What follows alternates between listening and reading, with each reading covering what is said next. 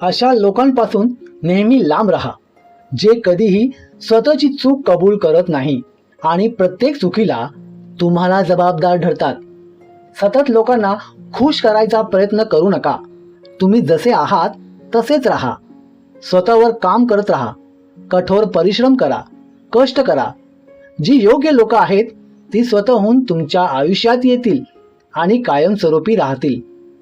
ज्या लोकांना फक्त गरज असताना तुमची आठवण येत असतील तर वाईट वाटून घेऊ नका.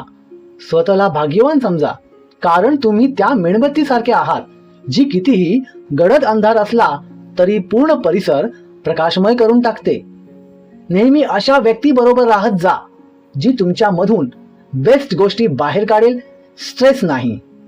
या जगात कोणालाही तुम्हाला जज करायचा अधिकार नाही, कारण तुम्ही किती संकटे पार करत इथे पोहोचला आहात हे कोणालाच माहीत नाही. त्यामुळे लोकांच्या मताला जास्त महत्त्व देऊ नका. तुम्ही आयुष्यात जे काही कराल, चांगले किंवा वाईट, लोक काहीतरी कुरापत काढून तुमच्याबद्दल निगेटिव्ह बोलतीलच आणि यालाच आयुष्य म्हणतात. तुम्ही जे काही ऐकता त्याच्यावर लगेच विश्वास ठेवू नका, कारण खोटे सत्यापेक्षा जास्त वेगाने पसरते. नातं टिकवण्यासाठी कधीही भीक मागू नका.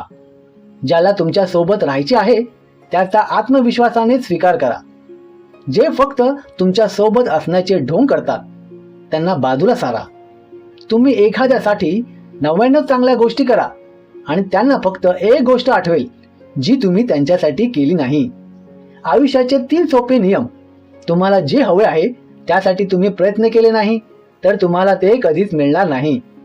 तुम्ही जर विचारलेच नाही तर उत्तर नेहमी नाही असणार आहे. जर तुम्ही तुमचे पुढचे पाऊल टाकले नाही तर तुम्ही नेहमी त्याच ठिकाणी राहाल. ज्या व्यक्तीवर तुम्ही विश्वास ठेवू शकत नाही त्या व्यक्तीवर कधीही प्रेम करू नका.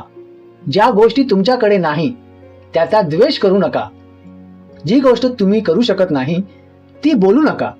तुम्हाला माहीत नसलेल्या गोष्टींबद्दल मतं मांडू नका. चुकीच्या नात्यामध्ये राहून संसार करण्यापेक्षा सिंगल राहिलेले कधीही चांगले. कधीही कोणाला जास्त प्रेम, आपुलकी किंवा मला तुझी काळजी आहे हे दाखवू नका, कारण माणसाला कोणतीही गोष्ट फुकट मिळाली की त्याची त्याला किंमत राहत नाही. मानसशास्त्र सांगते की लोकांना माफ करायला शिका. ह्याचा अर्थ असा नाही की समोरचा माफीसाठी पात्र आहे. याचा अर्थ तुमच्यासाठी मनशांती महत्त्वाची आहे.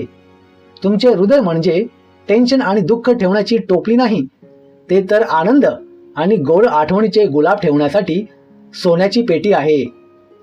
तुम्हाला कोणता विचार आवडला मला कमेंटमध्ये नक्की सांगा. व्हिडिओ पूर्ण बघितल्याबद्दल धन्यवाद.